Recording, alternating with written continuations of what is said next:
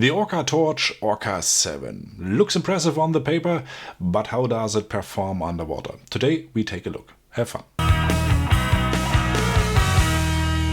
Hello to Rigged and Ready the Pixel Dive. Today we are going to take a look on the Orca 7 from OrcaTorch. From beam quality to battery life, we will cover everything. Before we start, a short disclaimer: I got this lamp for free from OrcaTorch, but nevertheless this video will be objective because no money changed hands and OrcaTorch won't see the video up front.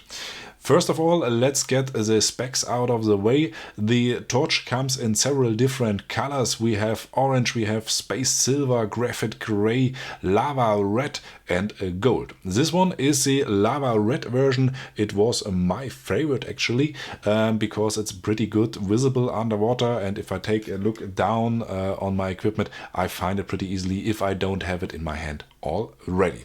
It weighed in at about 125 grams without the battery. Speaking of the batteries, you have not one, you have two batteries with the lamp, and they are pretty nice. They have a capacity of 5000 milliampere hours, and they have a small USB-C port in the front, so you don't need an extra charger or something like that. You can swap it out on the boat, you can recharge them with a power bank, or just in the hotel or at home, just plug it in with a normal cable and there you go. The light has three different modes.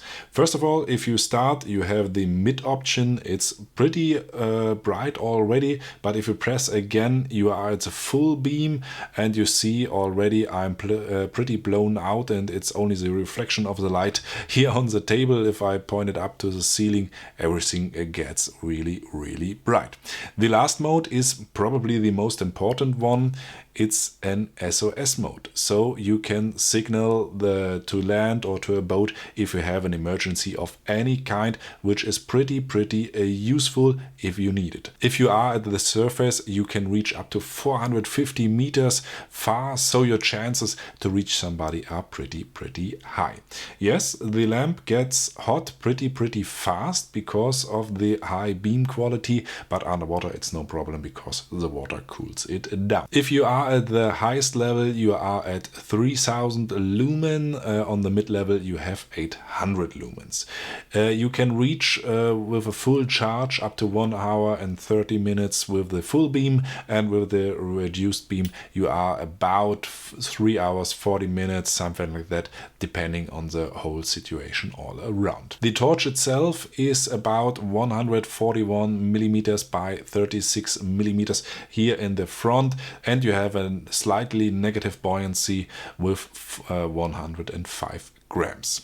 It's waterproof up to 150 meters. I didn't test it so deep because my brevet doesn't allow me that, and my German lake wasn't that deep, but most of the errors occur in shallower waters usually, because the deeper you get, the more tight everything gets. So it was good and held everything up, and what's pretty nice as well, that it held up to 1.5 meters of free fall on the ground. So if you just bang it from the table or something like that, that could happen if you're rigging everything up. It's no problem, the lamp will hold up. The beam is focused, and you have a 6-degree spotlight in the middle. Probably you see it best right here. You have the pretty bright spot in the middle, and the rest part on the outside is not so bright in the direct comparison. Of course, I used the Orca 7 in the real world. Like I said, I was here in a German lake. The visibility at that day wasn't that good,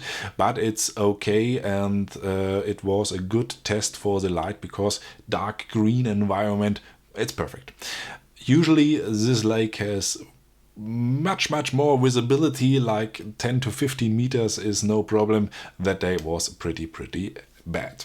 But first of all, the lamp sits really nice in the hands. I had 5mm gloves on, and I could hold it pretty nice and also find the button pretty easily. Also, I have wished for a bit bigger button. It wasn't a problem, just for more convenience if you want so. Speaking of the button, it's positioned very good in the front, where your thumb will naturally rest, and the point of pressure is pretty well also. The light is pretty bright.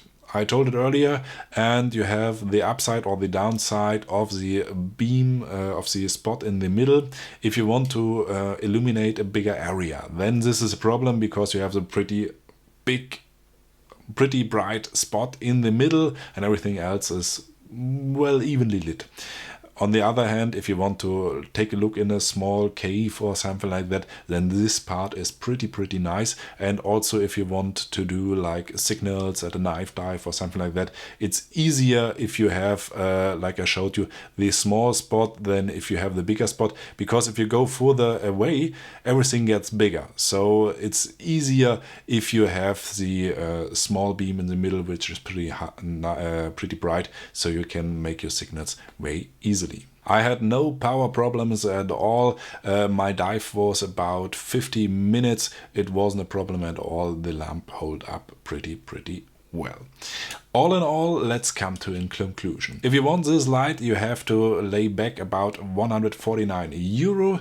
It isn't that much compared to other dive lights, but comparing to other flashlights, it's a lot. But usually dive light has to be more robust. You have like a double O-ring setup here on the inside, which is pretty nice. So that everything is nice sealed. One thing I have forgot to mention, you get this pretty nice pouch with the lamp as well. There you can fit your lamp, there you can fit the second battery, your charging cable, the wristband, as well as some paperworks. And you have with the lamp also, which is pretty nice, some spare O-rings, so if something happens to a ring, you can replace it on the spot. And overall, this package is pretty nice. The torch isn't top of the line, best of the best, but for the normal everyday diver that wants a small compact light to illuminate something in a reef, to do a night dive or something like that, this is perfect. You have only the basic options, as well as an SOS function, which is pretty nice and pretty helpful if you need it in case of an emergency. Like I said, the normal diver doesn't need any more, and it's a basic lamp for a basic diver, and for 150 euro you can't do much wrong. It's pretty nice. It's a no-brainer in my eyes, and maybe you can also have two for a backup light or something like that, or just this light as a backup light for another more expensive light. It's a satisfying lamp. What is your opinion about this lamp? Let me know in the comments down below. And if you want to learn more about what's new in the underwater photography world, click out the video next to me and let me know in the comments down below what is your opinion about the Orca 7. I'm looking forward to have a conversation with you in the comments down below. If you liked this video, please give it a thumbs up and don't forget to like, share, comment and subscribe so you don't miss out on any further videos. With that, have a nice day and write Sunbeam in the comments down below if you watched all the way to the end.